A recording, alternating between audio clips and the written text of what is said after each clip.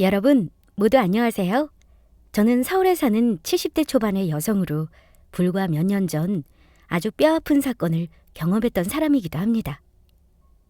남편을 먼저 떠나보내고 믿었던 자식놈들에게 배신을 당하며 있는 재산 전부 빼앗기는 일을 당했었으니까요. 눈에 넣어도 아프지 않은 천사 같은 자식이라고 생각했던 아이들은 사실 천사가 아닌 악마 그 자체였습니다. 제 재산을 전부 빼앗자 갑자기 돌변해 저를 괄시하며 식모처럼 부리다 못해 결국에는 차마 인간으로서 하지 말아야 할 짓까지 저에게 하고 말았으니까요. 아직도 그 생각을 하면 이가 갈리고 눈에서 피눈물이 나오는 듯 합니다. 그래서 제가 자식놈들에게 당했던 그 일들을 여러분께 들려드리고자 합니다. 다시는 저 같은 사람이 이 세상에 생기지 않길 바라는 마음으로요. 저희 남편은 의사로 동네에서 제법 큰 병원을 운영하는 병원 원장님이었습니다. 돈 없는 불우한 이웃들에게 진료비를 받지 않고 공짜로 진료를 해주고 가난한 학생들에게 장학금도 지원해주며 좋은 일들도 많이 했고요. 그래서 저는 제 자식들도 그런 아빠를 본받아 착한 아이들로 자라날 것이라 믿어 의심치 않았어요. 하지만 그 생각이 전부 저의 착각이란 것을 삼남매 아이들을 다 크고 결혼해 각자 가정을 꾸린 뒤 남편이 암으로 먼저 세상을 떠나고 나서야 알게 되었습니다. 환자들을 너무 열심히 돌본 탓인지 요즘은 아직 이르다는 70대의 세상을 떠나버렸으니까요. 처음에는 자식들도 저에게 엄청나게 잘했었습니다. 남편이 떠나고 혼자 있는 제가 혹시나 힘들지 않은지, 어디가 아픈 건 아닌지 하루가 멀다 하고 수시로 찾아오며 저를 돌보았죠. 그러던 어느 날 제가 심한 몸살 감기가 걸린 적이 있는데 약을 먹고 취해 잠들어 자식들에게 걸려온 전화를 받지 못했던 것이 아니겠어요? 그러자 아이들은 누가 뭐라 할 것도 없이 바로 저희 집에 불이 나게 달려왔습니다. 그리고 아이들의 목소리에 놀라 잠이 깬 저를 보더니 첫째 아들이며 둘째 아들, 게다가 막내딸까지 저를 부둥켜 안고 울었던 겁니다. 엄마, 왜 이렇게 전화를 안 받아? 혹시 혼자 잘못된 줄 알고 깜짝 놀랐잖아. 맞아. 엄마 혼자 있다 잘못된 줄 알고 우리가 얼마나 놀랐는데. 아빠도 돌아가셨는데 엄마까지 아프면 어떡해. 절대 우리 먼저 두고 가면 안 돼. 맞아. 이젠 우리한테 엄마밖에 없다고. 다 커서 자식까지 있는 녀석들이 어린애들도 아니고 무슨 아직도 엄마 타령이야. 이제 엄마도 나이도 들고 언제 떠날지도 모르는데 그 나이면 이제 엄마 없어도 너희 삼남매 똘똘 뭉쳐서 잘 살아야지. 엄마가 없는데 우리가 잘 사는 게 무슨 소용이야. 그러니까 엄마 아프지 말고 우리랑 같이 오래오래 행복하게 살자. 난 엄마만 있으면 아무것도 필요 없어. 엄마만 있으면 된다고. 큰오빠 말이 맞아. 나도 우리 엄마가 세상에서 제일 좋아. 엄마 나도. 이 둘째 아들도 절대 잊으면 안 돼? 알았어. 아직도 이렇게 아이 같아서야 원. 엄마 열심히 운동하고 관리해서 건강하게 오래오래 너희들 곁에 살도록 노력할 테니까 너희들도 열심히 살아야 한다. 딱 지금만 같이 살아. 부모는 자식 행복밖에 바라는 거 없다. 전 그때까지만 해도 세상에 저희 자식들처럼 부모 위해주는 착한 아이들은 없다며 제 자식들을 아무 의심 없이 믿고 있었죠. 너무나 순진하게도 말이에요. 그러던 어느 날 자식들이 저에게 중요하게 할 말이 있다며 저희 집을 찾아오더라고요. 그러더니 저의 눈치를 보며 첫째가 먼저 조심스럽게 이야기를 꺼냈습니다. 엄마, 정말 미안한데 아빠가 물려주신 엄마목 재산이랑 해서 엄마 재산 전부 이제 우리한테 맡기면 어떨까? 엄마 나이도 있고 아빠 병원까지 팔아서 정리한 마당에 엄마 혼자 돈 관리기도 어려울 것 같고 이제는 우리 도움이 필요하지 않겠어? 그래 엄마. 엄마가 나이도 있는데 이제 무슨 돈이 필요하겠어. 엄마가 우리한테 재산 전부 똑같이 나눠주면 매달 우리가 엄마한테 용돈 드리면 되잖아. 솔직히 엄마 그 많은 재산 굴리면 큰 돈이 될 텐데 아무것도 안 하고 가지고만 있는 거 너무 아까워서 그래. 그러니까 엄마, 이제 엄마 재산 전부 우리한테 맡겨주라. 앞으로도 우리가 잘할 테니까. 설마 엄마 우리 삼남매 못 믿는 건 아니지? 앞으로 엄마는 편하게만 있어. 엄마 재산 우리한테 나눠주면 우리가 다 알아서 엄마 잘 모시면서 뭐든 해드릴 테니까. 이참에 엄마 집 팔아서 그것도 정리해서 우리한테 전부 맡기고. 사실 엄마한테 내가 이야기 안 해서 그렇지. 나 요즘 조금 많이 힘들거든. 우리 회사 사정도 안 좋아지고 해서 사원들 하나씩 불러서 희망퇴직 들어갔대. 나보고도 나가라고 하네. 그래서 엄마가 재산 나눠주면 형도 그렇고 회사 관두고 우리 삼남매 같이 사업 좀 해보려고. 형이 괜찮은 사업 아이템 준비한 게 있나 봐. 둘째 너 회사 괜찮은 거 아니었어? 많이 힘들어진 거야? 그리고 첫째 너는 잘 다니던 대기업 관두고 사업이라니 할 수 있겠어? 그리고 막내 넌 대학 나와서 결혼 빨리 하느라 사회생활도 안 해본 애가 오빠들이랑 무슨 사업이야? 당연하지. 엄마 걱정하지 마. 나 일 잘하는 거 알지? 아무리 대기업에 좋다고 하지만 좀 더 나이 들어봐. 그러면 어차피 회사에서도 눈치 주고 오래 못 버티고 나와야 한다고. 그러다가 중소기업 취업해서 전전하다 결국엔 더 나이 들면 써주는 데도 없어서 내 사업 할 수밖에 없다고. 물론 우리 삼남매 일 한다고 해도 아빠가 물려주신 재산도 있고 하니까 당장은 부족함 없이 살겠지만 우리도 커가는 자식들이 있는데 뭐라도 해야 하지 않겠어? 너희들 정말 엄마 재산 나눠주면 잘 살 수 있는 거야? 혹시 엄마가 재산 나눠주고 나면 엄마 힘없다고 괄시하고 구박하는 거 아니지? 엄마는 무슨 그런 말도 안 되는 소리를 해. 엄마가 우리를 어떻게 키웠는데. 우리 삼남매가 그러면 그건 인간이 아니고 쓰레기지. 오빠 말이 맞아. 엄마는 정말 별 걱정을 다 한다. 알았다. 그러면 엄마가 생각해 볼게. 우와, 엄마 진짜야? 역시 우리 엄마 최고. 정말 고마워. 우리가 앞으로 엄마 평생 호강시켜드릴게. 엄마 지금 한 말 진짜지? 엄마 걱정하지 마. 엄마 돌아가실 때까지 우리 삼남매가 엄마 행복하게 잘 모실 테니까. 아이들이 남편을 닮아 사람들을 사람 살리는 일에 관심을 두고 의사가 되었으면 좋았겠지만 자식 중 그 누구도 남편 하는 일에 관심을 가지는 아이들이 없어요. 남편이나 저나 저희 욕심보다는 아이들 행복이 중요하다는 생각에 특별히 의사라는 직업을 하라며 자식들에게 권하지 않았고요. 물론 남편 병원을 아이들이 물려받았다면 미래 걱정 없이 의사이만 하면 되었겠지만 지금은 그런 상황이 아니니 저 또한 자식들 걱정되더라고요. 남편이 자식들에게 물려준 유산이 있어 남들에 비해 넉넉하게 잘 산다고 해도 자식들에게 가정도 있고 하니 미래가 걱정되는 건 부모로서 어쩔 수 없나 봅니다. 그래서 결국 자식들 설득에 전 제가 살던 집까지 정리해서 자식들에게 제 재산 전부를 똑같이 나누어 주게 되었습니다.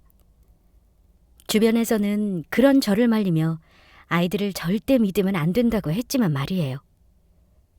나이가 들면 손에 몇 푼이라도 쥐고 있는 돈이 있어야 자식들이 부모한테 함부로 못한다고 하더라고요. 하지만 전 그런 주변 사람들의 걱정에도 그 말을 귀담아 듣지 않았죠. 다른 자식들은 몰라도 천사 같은 저희 자식들만은 결코 부모를 배신하지 않을 거라 철석같이 믿었던 겁니다. 참으로 바보 같게도.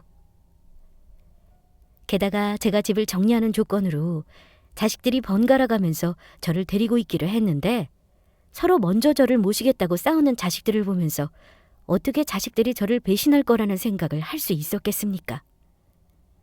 그때는 몰랐던 거죠. 제 지인들의 충고처럼 자식이라도 결코 믿으면 안 된다는 것을 말입니다. 그것들이 제 재산을 노리고 순한 양의 탈을 쓰고 저에게 잘해줬다는 걸 그때까지는 순진하게 저만 몰랐던 것입니다. 제 자식들이야말로 부모 재산이나 노리며 뭐든 하는 짐승 새끼들보다 못한 것들인데 말이죠. 그 사실을 재산을 자식들에게 전부 뺏긴 후 몇 달이 지나지 않아 깨닫게 되었지만요. 첫째네 집에 저희 짐들을 두고 3달에 한 번씩 자식들 집을 옮기며 생활하기로 자식들과 약속을 했었습니다. 저희 자식들 모두 약속대로 초반에는 저를 극진히 모시며 잘해주었고요. 늙은 사람이 집도 없이 계속해 사는 곳을 옮겨 다닌다는 것이 편한 일은 아니었지만 그래도 그때까지는 자식들 전부 저에게 잘하고 있었고 나 하나 조금 불편한 거 참으면 된다는 생각이었죠. 하지만 그 생각은 얼마 지나지 않아 바뀌고 맙니다. 제가 아주 땅을 치고 후회했으니까요. 제 재산을 전부 자식들에게 주고 나자 자식들 전부 저에게 대하는 태도가 점점 달라지더니 결국에는 저를 무시하며 구박하기 시작하더라고요. 무슨 노예도 아니고 하나같이 약속이라도 한 듯 저를 가정부 취급하며 부려먹었던 겁니다. 특히 맏아들인 첫째가 저를 가장 많이 괴롭혔습니다. 엄마는 이걸 지금 국이라고 끓였어? 우리 집에 얹혀 살면 어느 정도 밥값은 해야 할 거 아니야. 내가 언제까지 엄마를 봐줘야 하는데? 그게 무슨 말이니? 너희 아빠도 그렇고 엄마 친구들은 엄마가 끓여준 미역국 먹으면 다들 하나같이 맛있다고 하던데 뭐가 맛이 없다는 거야? 어떻게 매일 나한테 한마디도 질 생각을 하네? 됐고! 이따위 거지 같은 미역국 앞으로 안 먹을 테니까 절대 끓이지 마. 상위에 올려놓을 생각도 하지 말라고. 알겠다. 앞으로는 조심하마. 게다가 첫째 아들이 저를 무시하니 며느리랑 손주 녀석까지 저를 무시하더라고요.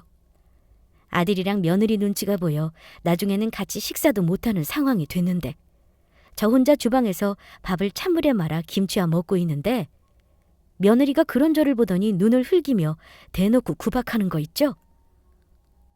어머 깜짝이야! 어머니! 지금 혼자 여기서 뭐 하시는 거예요? 식사를 하시려거든 우리가 안 보이는 방에 들어가 혼자 드시던죠. 무슨 도둑고양이도 아니고 몰래 혼자 나와 밥을 드세요?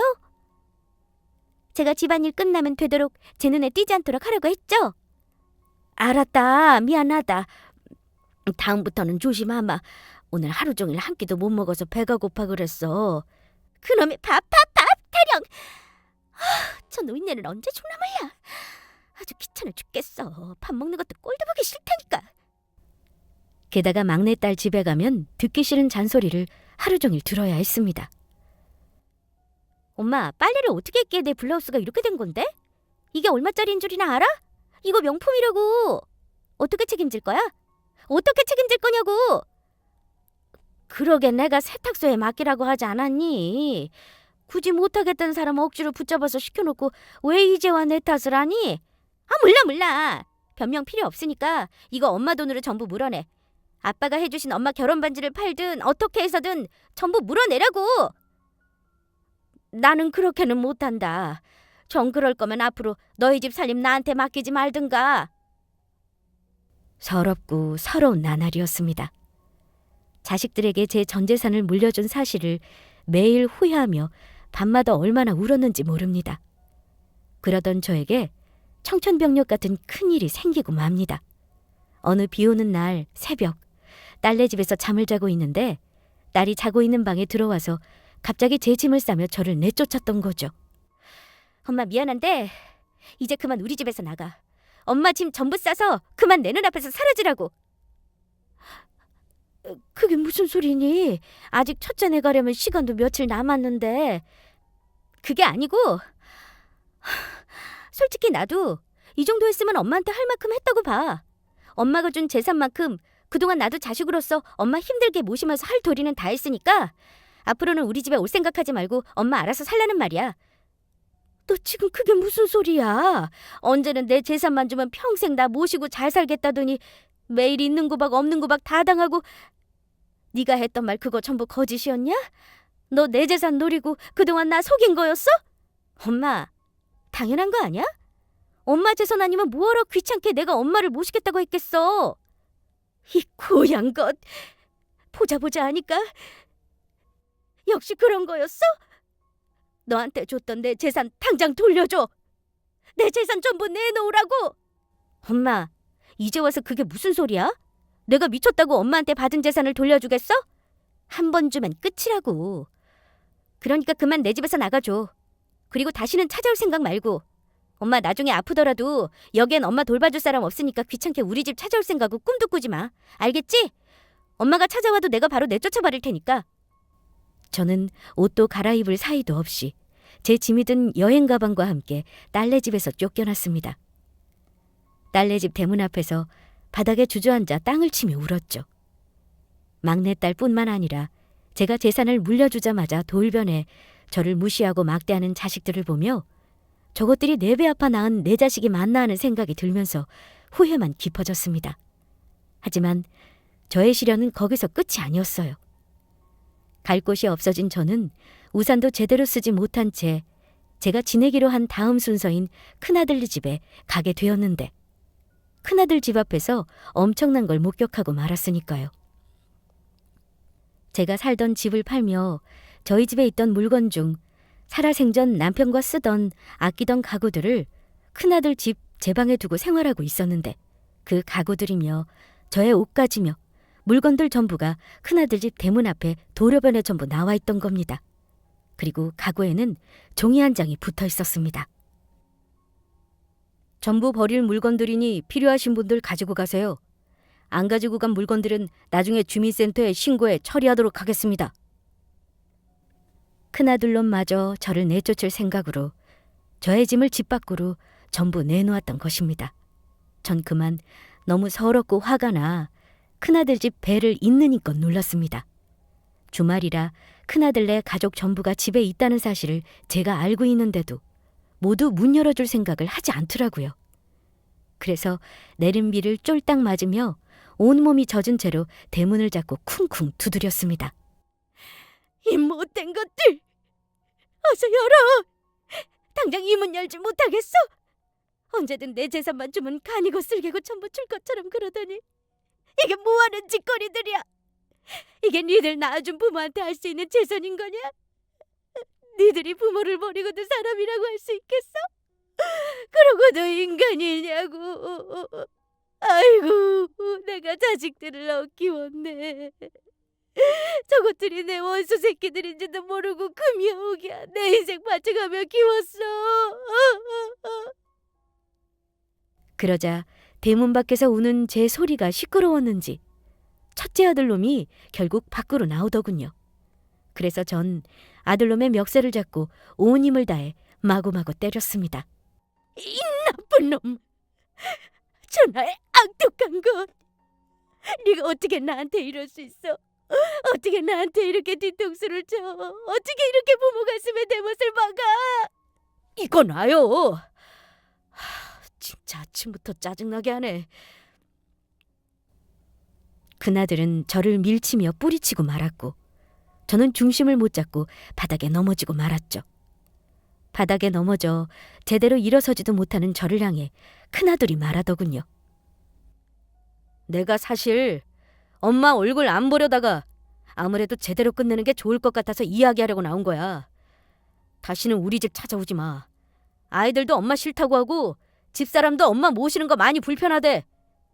그러게 우리 집에서 지낼 때 눈치껏 좀 잘하지 그랬어. 우리 앞으로는 다시는 얼굴 보지 말자. 그냥 남남으로 서로 죽었다고 생각하고 모르는 사람처럼 살아. 남도 앞으로는 그렇게 할 테니까. 그리고 괜히 둘째네 찾아가서 지금처럼 쓸데없는 행패 부리지 말고. 어차피 둘째네 지금 해외로 가족여행 가서 집에 아무도 없을 거야. 저기 대문 위에 우리 집 CCTV 보여? 거기로 엄마가 나 때린 장면 다 녹화됐거든. 사람이 어떻게 무식하게 사람을 때려? 다시 찾아오면 나 이 증거 자료들로 엄마 경찰에 폭행죄로 고소하고 스토킹으로 접근금지 명령도 신청할 거니까 엄마 콩밥 먹고 싶지 않은 거면 내 말 듣는 게 좋을 거야. 쪽팔리게 나이 들어서 폭력전과로 빨간 줄 그어서 살고 싶은 거 아니지? 앞으로는 영원히 우리 앞에 나타나지 말고 조용히 살아. 그러면 니들한테 줬던 내 재산 전부 돌려줘라. 니들이 나 모시겠다고 약속해서 준 내 피 같은 돈이니까 어서 돌려달라고. 니들한테 내 재산 1원 한 푼 주는 것도 아까워. 진짜 웃기지도 않아서 그 재산들 뭐 우리가 엄마 모시기로 하고 줬다는 증거라도 있어? 뭐라고? 엄마 재산 우리가 엄마 모시기로 하고 줬다는 증거라도 있냐고. 엄마가 뭘 모르나 본데 증거가 없으면 전부 소용이 없는 거야. 아마 엄마가 엄마 재산 전부 돌려받겠다고 법적으로 우리 삼남매 고소해도 증거가 없어서 아무 소용없을걸? 그러게 엄마 재산을 주기 전에 먼저 우리한테 서약서라도 받아놓지 그랬어? 아니면 우리가 엄마 잘 모시겠다고 하는 음성이라도 녹음해두던가. 귀찮으니까 그만 꺼져! 아들은 그렇게 말하며 집 안으로 들어갔습니다. 그리고 저는 한동안 멍하니 바닥에 주저앉아 하염없이 눈물만 흘렸죠. 하늘도 울고 저도 울었습니다. 그때는 정말 너무 기가 막히고 억울해서 눈물밖에 흐르지 않더라고요.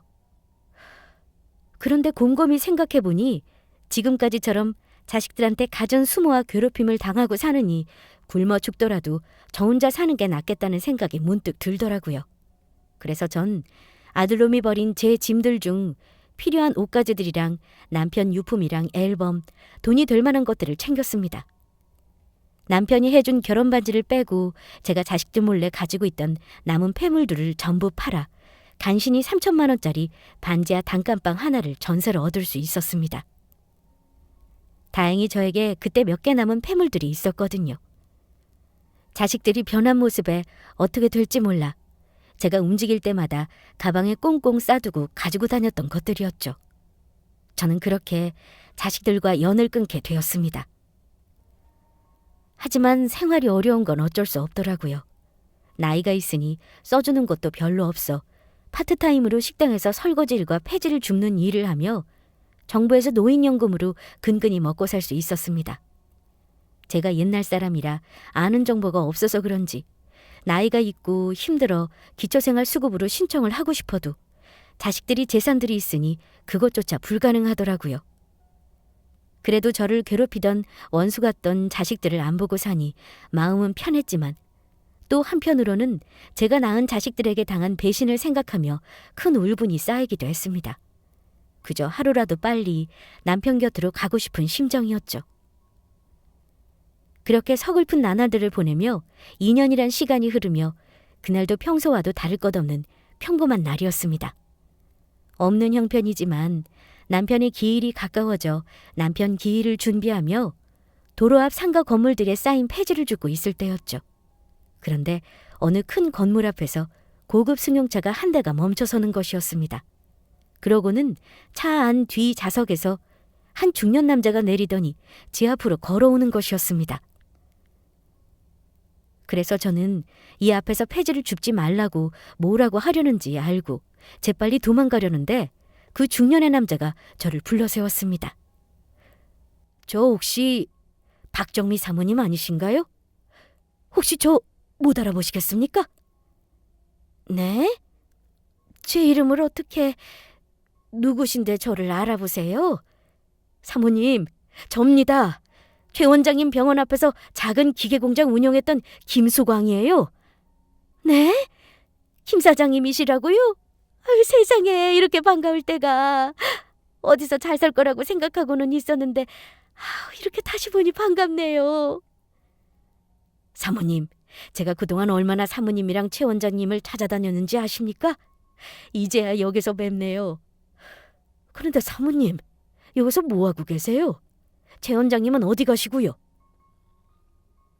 저에게 말을 걸어왔던 김 사장님이라는 사람은 젊은 시절 저희 병원 앞에서 해외로 수출하는 작은 기계 공장을 운영했던 분으로 저와 남편에게 큰 신세를 졌던 사람이기도 합니다.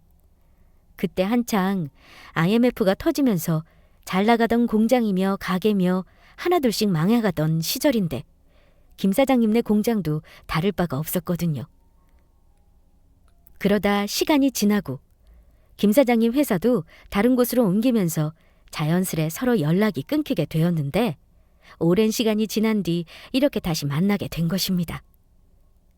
그런데 오랜만에 남편이 살아있던 시절 반가운 얼굴을 봐서 그런지 저는 그만 김 사장님 앞에서 울음을 터뜨리고 말았습니다. 그러자 놀란 김 사장님이 저를 본인의 회사 안 대표 사무실로 데리고 가더라고요. 김 사장님이 차를 세웠던 큰 건물 앞이 바로 김 사장님네 회사였던 거죠. 안 보는 동안 엄청나게 성공한 것인지 김 사장님은 대기업까지는 아니지만 우리나라에서 잘 나가는 유명한 중소기업 회사 대표가 되어 있었습니다. 그래서 저는 그동안 남편이 떠나고 있었던 일들을 김 사장님에게 설명하게 되었죠. 김 사장님은 제가 자식들에게 당한 이야기를 듣고 분노하고 말았습니다. 이런 저죽일 것들! 어떻게 사모님한테 그런 짓을 할 수가 있습니까? 사모님이 지들을 어떻게 키웠는데요? 아닙니다. 전부 바보같이 속은 제 탓이에요. 아무리 자식이라도 전부 믿으면 안 되는 거였는데 주변에서 그렇게 말리는데도 제가 제 재산 몽땅 그것들에게 줘버렸어요. 남편이 저에게 남긴 유산까지 전부요. 어떻게 그게 사모님 탓입니까? 사모님 속이고 인간 같지도 않은 짓거리랑 그것들이 잘못한 거죠. 자식 새끼들이라고 하지만 아무리 노력해도 용서가 안 됩니다. 할 수만 있다면 지금이라도 보란 듯 그 고향 것들에게 복수하고 제대로 혼내주고 싶은데 방법이 없어요. 제가 아무 힘도 없습니다. 사모님, 방법이 있다면 해보시겠습니까? 그 고향 것들 정신 차릴 수 있도록 제가 사모님을 있는 힘껏 돕도록 하겠습니다. 그게 정말인가요? 염치 없지만 그러면 제가 김 사장님께 부탁드려도 되겠습니까? 김 사장님, 제발 저 좀 도와주세요. 예, 기꺼이 제가 돕겠습니다. 그러니 사모님, 앞으로는 아무 걱정하지 마시고 저만 믿으세요. 사모님 눈에 피눈물 흘리게 한 만큼 제가 그놈들 눈에서도 피눈물 나는 복수 꼭 해드리겠습니다. 그날 김 사장님은 저의 두 손을 꼭 붙잡고 자식들을 제대로 혼내줄 복수의 다짐을 하게 되었습니다. 그런데 며칠 후 남편의 기일을 지낸 다음 날 김 사장님에게 전화가 오더라고요. 급히 할 이야기가 있다면서 김 사장님의 회사로 찾아와 달라는 것이었죠. 그렇게 저는 김 사장님의 연락을 받아 찾아가게 되었는데 대표 사무실에서 김 사장님이 제 앞에 큰 가방 몇 개를 올려놓는 것이었습니다. 김 사장님, 이게 뭔가요? 사모님이 열어보시면 알게 되실 겁니다. 저는 김 사장님의 말대로 가방을 열어본 순간 깜짝 놀라고 말았죠. 하마터면 그 자리에서 기절할 뻔했으니까요. 이게 다 뭔가요? 뭐긴요? 사모님이랑 최 원장님께서 진작 받으셔야 할 돈이죠. 그때 저한테 분명히 저희 회사에 투자하는 거라며 큰돈을 빌려주시지 않았습니까? 그 투자한 금액의 배당금입니다.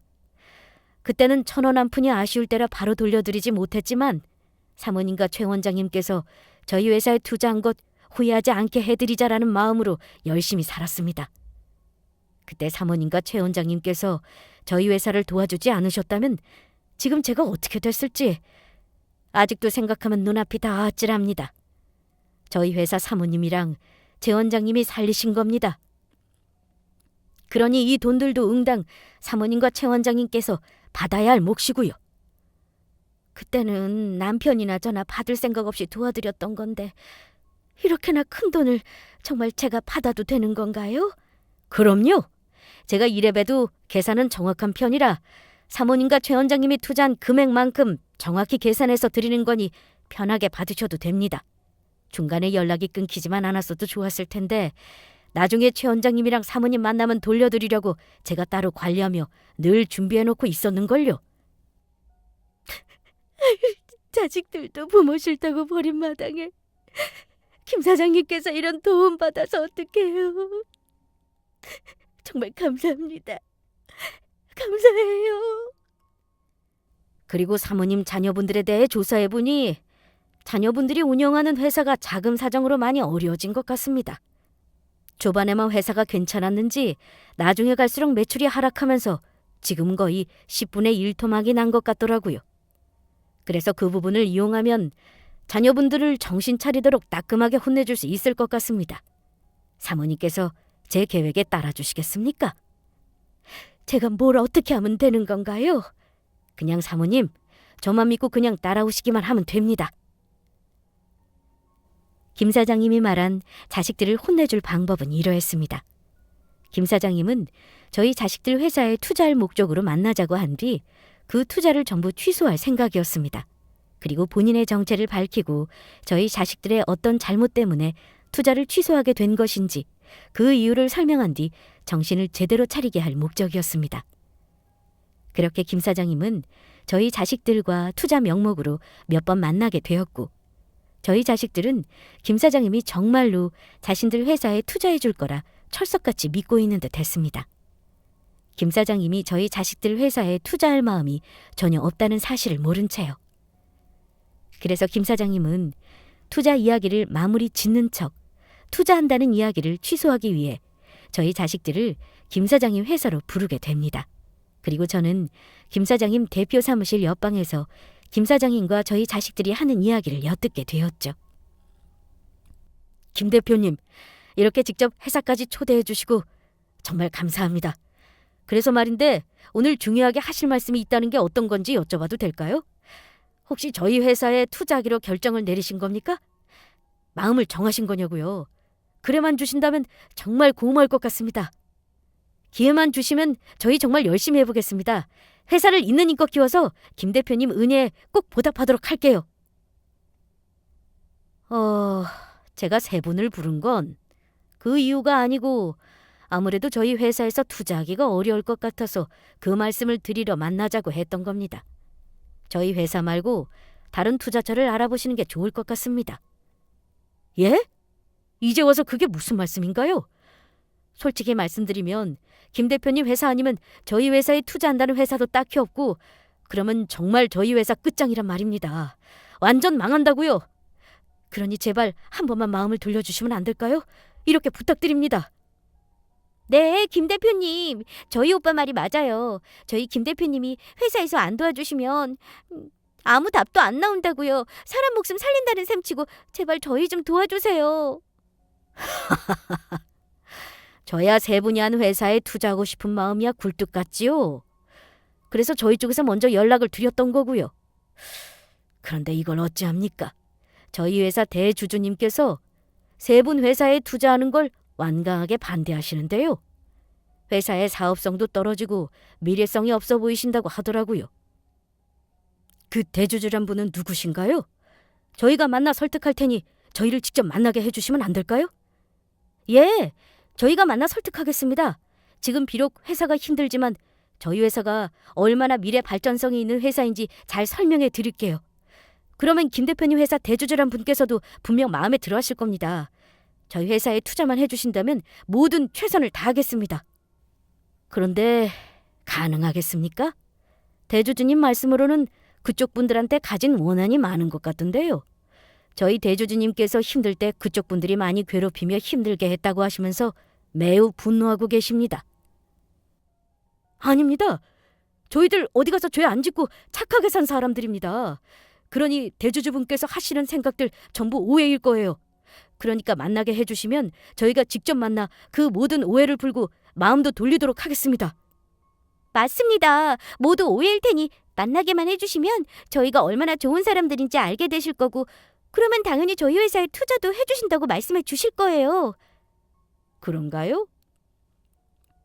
그러면 안 그래도 지금 제 사무실 옆방에서 쉬고 계시는데 직접 만나고 이야기해 보시겠습니까? 정말인가요? 김 대표님께서 그렇게 해주시기만 하면 이 은혜 평생 잊지 않겠습니다. 김 사장님의 말이 끝나고 바로 인터폰으로 비서에게 이야기했고 이제는 제 차례가 되었음을 깨달았죠. 바로 김 사장님이 말한 회사 대주주로 자식들을 만날 저희 차례 말입니다. 사실 전 김 사장님에게 투자했던 돈의 배당금을 받으며 세금을 내고 나머지 뺀 금액으로 제가 살 집과 생활할 돈을 남겨두고 절반을 다시 김 사장님 회사에 투자한 상황이었습니다. 김 사장님이 저를 위해 대주주라고 말씀해 주시긴 했지만 사실 대주주까지는 아니더라도 자식놈들 앞에서 당당하게 설 어느 정도 조건은 갖춘 셈이죠. 김 사장님의 말씀으로는 제가 김 사장님의 마음에서 회사 최고의 대주주가 맞으니 자식놈들 앞에서 대주주라고 말해도 틀린 말이 아니라고 하시더라고요. 저와 제 남편이 김 사장님의 회사를 살려준 은인이라면서요. 저는 바로 김 사장님 비서분의 안내로 바로 김 사장님과 저희 자식놈들이 기다리는 대표 사무실 안으로 들어갔습니다. 그런데 대표 사무실 안으로 제가 모습을 드러낸 순간 저희 자식들은 아주 놀라 자빠질 표정을 하고 있더라고요. 엄마가 여기를 어떻게... 엄마가 여기는 무슨 일이야? 다시는 우리 앞에 나타나지 말라고 이야기했지. 그런데 몇 년 만에 기어이 우리 일하는 곳까지 따라온 거냐고. 나가. 당장 꺼지라고. 맞아. 지금 회사 다 망하게 생겨서 가뜩이나 골치 아픈데 왜 엄마까지 나타나서 왜 짜증나게 하는데? 그것도 여기가 지금 어디라고 찾아와. 미쳤어? 그때 김 사장님은 자식놈들에게 보란듯이 제 소개를 했습니다. 자, 모두 인사하시죠. 저희 회사 대주주이신 박정미 여사님입니다. 뭐라고? 저희 엄마가 대표님 회사 대주주라니 그게 무슨 소리입니까? 그게 말이 되나요? 지금 거짓말하시는 거죠? 우리가 맨몸으로 내쫓아서 저희 엄마 알거지일 텐데 갑자기 이렇게 큰 회사 대주주라니. 김 대표님 지금 저희한테 거짓말하시는 거죠? 제가 뭐하러 거짓말을 하겠습니까? 박정미 여사님이 오늘 제가 만나기로 한 저희 회사 대주주분이 맞으십니다. 그러니 이렇게 편하게 대표 사무실에도 들어올 수 있는 거 아니겠습니까? 아니면 누가 부르지도 않았는데 대표 사무실에 들어올 수 있었겠어요? 저희 엄마가 무슨 돈이 있어서 대표님 회사에 투자를 한 대주주란 소린가요? 박정미 여사님과 부군인 최 원장님이 살아계실 때 두 분께서 같이 저희 회사에 투자를 하신 게 있으시거든요. 그 덕에 어려운 시기 저희 회사가 살아나 이렇게 성장할 수 있었고 그동안 연락이 끊겨 투자하신 만큼의 배당금을 전해드릴 수가 없었는데 최근에 만나 전해드리게 되었습니다. 그런데 거기다가 박정미 여사님께서 받으신 배당금의 절반을 다시 저희 회사에 투자하고 싶다고 하시지 뭡니까? 박정미 여사님께서는 저희 회사 대주주분이 맞으십니다. 그러면 저희 회사 투자하는 걸 막았다는 사람이 정말 엄마란 거야? 엄마, 정말 김 대표님 회사 대주주냐고? 오빠, 김 대표님 말이 전부 사실인가 봐. 엄마 입은 옷들 좀 봐. 전부 명품의 비싼 것들이라고. 그래, 내가 김 사장님 회사 대주주가 맞다. 그리고 너희 회사 투자하는 것도 내가 반대했어.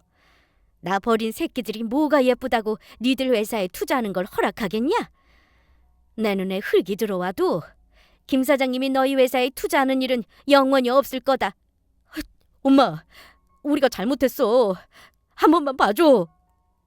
엄마 제발 부탁이야. 이러다 우리 회사 망한다고. 그러니까 제발 한 번만 우리 좀 살려줘. 그동안 우리가 엄마 구박하고 집에서 내쫓았던 것들 전부 사과할게. 그래 엄마. 그때 엄마 떠나고 사실 우리도 많이 후회했어. 그래서 사실 우리 전부 엄마 찾아다녔다고. 그래서 하는 말인데 이번에는 우리가 정말 엄마 잘 모실 테니까 우리랑 다시 살자. 그리고 엄마 나이도 있으니까 엄마 재산은 전부 우리한테 맡기고 이번에는 엄마가 우리한테 재산 주면 잘 모시겠다고 각서도 쓸게. 법적으로 공증도 받자. 오빠 말이 맞아 엄마. 그까지 돈 많아봤자 뭐해. 가족들이 같이 오순도순 사는 게 최고지. 엄마 재산 전부 주면 이번에는 우리가 확실하게 엄마 모실게. 웃기고들 자빠졌네. 이제 와서 감히 뻔뻔하게 누구한테 매달리는 거야? 저는 제 앞으로 와 저를 붙잡고 애원하는 자식들을 노려보다 테이블 위에 놓인 커피를 들어 자식들 얼굴에 뿌렸습니다. 그리고 있는 힘껏 새 자식 놈들의 뺨을 후려쳤죠. 그 말을 믿을 것 같으냐? 내가 한 번 속지 두 번은 안 속아. 니들은 나한테 어떻게 했는데? 니들한테 속아서 내 있는 재산까지 전부 털리고 니들 노예처럼 살다가 결국 길바닥으로 쫓겨났어. 그때 내 눈에서 피눈물이 흘렀어. 그래도 혹시나 하는 마음에 1년 동안은 전화번호도 바꾸지 않고 니들 전화 기다렸다. 그런데 뭐? 날 찾기는 언제 찾았다고 그래? 이 짐승보다 못한 것들. 짐승들도 자기 걷어준 은혜는 아는데 너희들은 키워준 은혜도 모르니 인간도 아니다. 내가 죽어서 저승에 가서 니들이 했던 짓 전부 잊지 않을 거야. 니들이 예전에 나한테 그랬지? 서로 모르는 사람으로 살자고. 그 말 내가 다시 니들한테 그대로 돌려주마. 우리 앞으로도 쭉 계속 모르는 사람으로 살자. 니들이 나 집에서 내쫓았을 때 이미 그때 내 자식들은 전부 죽은 거니까. 아니, 처음부터 난 자식 같은 건 없었다. 제 말이 끝나기가 무섭게 김 사장님은 다시 인터폰을 켰습니다. 정비서, 여기 잡상인들이 들어와서 행패 부리고 있으니까 보안요원들 불러서 이 사람들 전부 내쫓으라고 하세요. 김 대표님, 저희가 잘못했습니다. 예, 저희가 잘못했으니까 제발 저희 엄마 좀 알려주세요. 내가 미쳤다고 너희들을 도와줘? 니들은 앞으로 정신 똑바로 차리면서 살아. 먼저 떠난 최 원장님이 이 일을 본다면 아마 하늘에서도 피눈물을 흘리고 계실 거다.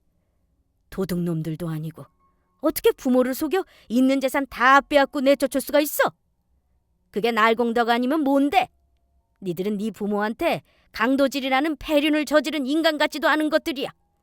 어디 니들도 네 엄마가 대주주로 있는 회사에서 쫓겨나면서 쫓겨나는 그 심정이 어떤지 뼈저리게 느껴봐.